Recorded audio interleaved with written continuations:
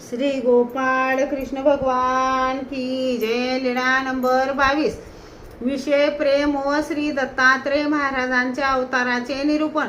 एके दिवशी भट्टोबासांनी विचारले, जी जीवाला परमेश्वराच्या ठिकाणी विषय तत्वे प्रेम कशाने होते?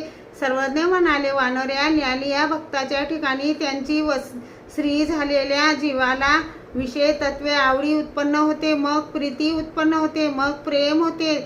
याप्रमाणे ज्ञानिया भक्ताच्या वियोगात त्या स्त्रीचे विषय तत्वे आवडीमुळे देह जाते, त्यामुळे जीवाला परमेश्वराच्या ठिकाणी विषयत्वे प्रेम उत्पन्न होते, परंतु ईश्वरी विषय प्रेम ते दुर्लभू. यावर भट्टोबासांनी म्हटले, जी निर्हेतुक भोजनाची क्रिया परमेश्वर अवताराच्या ठिकाणी घडल्याने मुख्य प्रेम होते, परंतु विषय प्रेम झाल्यानंतर परमेश्वर अवताराच्या ठिकाणी निहर्तुक भोजन घडणे आवश्यक आहे का? मग सर्वज्ञ म्हणाले, हो का गा ते काही येरा ते आप जाऊ न सके.